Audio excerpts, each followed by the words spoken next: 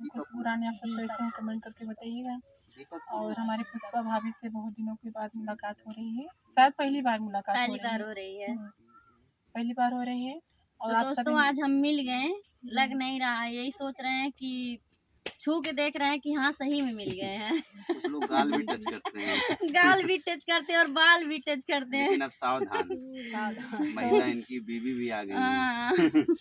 तो दोस्तों पुष्पा के चैनल पे आप लोग ढेर सारा सपोर्ट करिए। आइए एक प्यारा सी गीत सुनाते हैं। गीत कैसा लगता है कमेंट करके बताइएगा। कि अब ही उमरिया हमारी बारी हो, आय है बारी हो, दुल्हा जिन खोला के वाड़ी। अब ही उमरिया हमारी बारी हो, आय है बारी हो, दुल्हा जिन खोला के वाड़ी।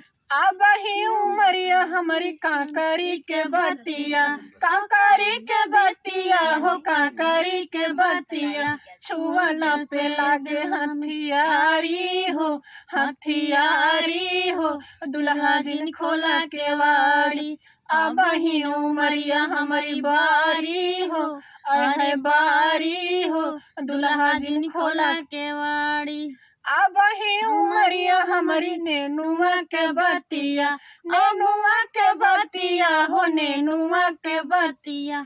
छुआला से आए है, छुआला से पापा लगी जाई हो, आए है जाई हो, दुल्हा जिन खोला के वाड़ी। छुआला से पापा लगी जाई हो, आए है जाई हो, दुल्हा जिन खोला के वाड़ी।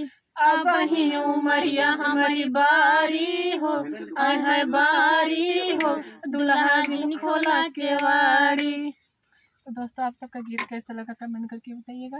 और एक बहुत ही प्यारा गीत हम लोग अभी लाए हैं, मंजू जी गाए हैं। गाना है सोहर में जाता है दोस्तों। हरे कवने महीनवा बतावा मोरी भौजी, कवने महीनवा बतावा मोरी भौजी, गोदिया में खेलै ललनवाना। हरे कवने महीनवा बतावा मोरी भौजी, गोदिया में खेलै ललनवाना। हरे नवे महीनवा सुना है मोरा देवरू, नवे महीनवा सुना है मोरा देवरू, गोदिया में खेलै ललनवाना। हरे नवे महीनवा सुना है मोरा देवरू, गोदिया में खेलै ललनवाना। अरे के होली आवे कमर कर धनिया, के होली आवे कमर कर धनिया, के होली आवे कंगनवाना। हरे के होली आवे कमर कर धनिया, के होली आवे कंगनवाना। हरे नानी लियावे कमर कर धनिया, नानी लियावे कमर कर धनिया, मौसी लियावे कंगनवाना। हरे कवने महीनवा बतावा मोरी भौजी, गोदिया में खेलै ललनवाना। तो दोस्तों गीत कैसा लगा आप सब कमेंट करके बताइएगा। मुझे तो बहुत पसंद है गीत है। और अभी एक गीत गाए थे दूल्हा जिन खोला कटिंग सड़िया ले बराजा। हाँ। तो वो वीडियो कट गया था, एक लाइन सुनाती हूँ इसमें भी।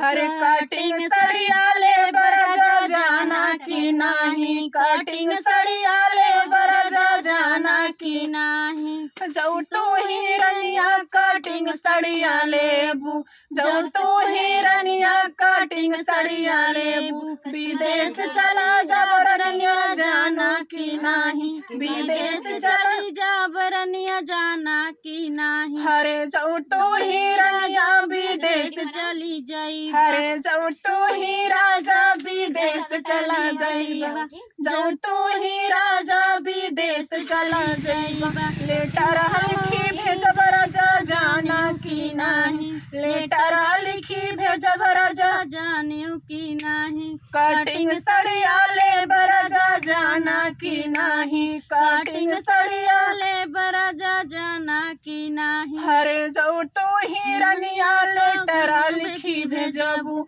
जाऊ तू हिरनिया लेटर लिखी भेजबू। बगला होई जबरनिया जाना की नाही, बगला होई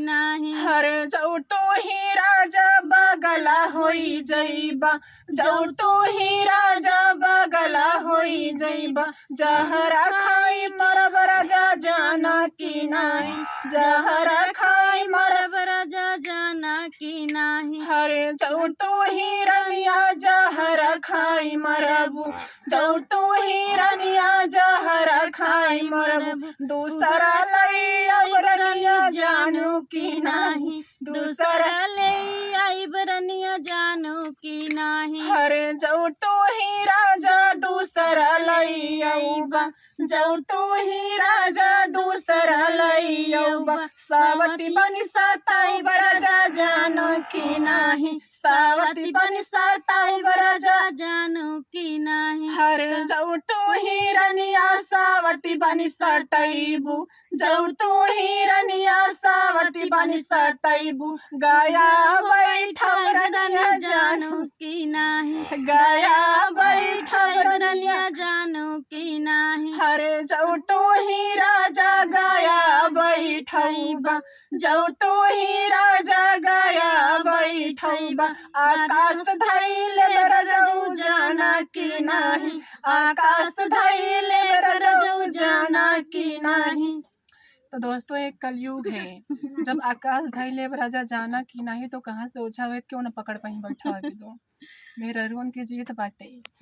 तो वैसे योगी मोदी मेरा सपोर्ट बाटे सपोर्ट करते हैं, तो इसे आप सब सपोर्ट करें दोस्तों, और चैनल को ढेर सारा आशीर्वाद दीजिएगा।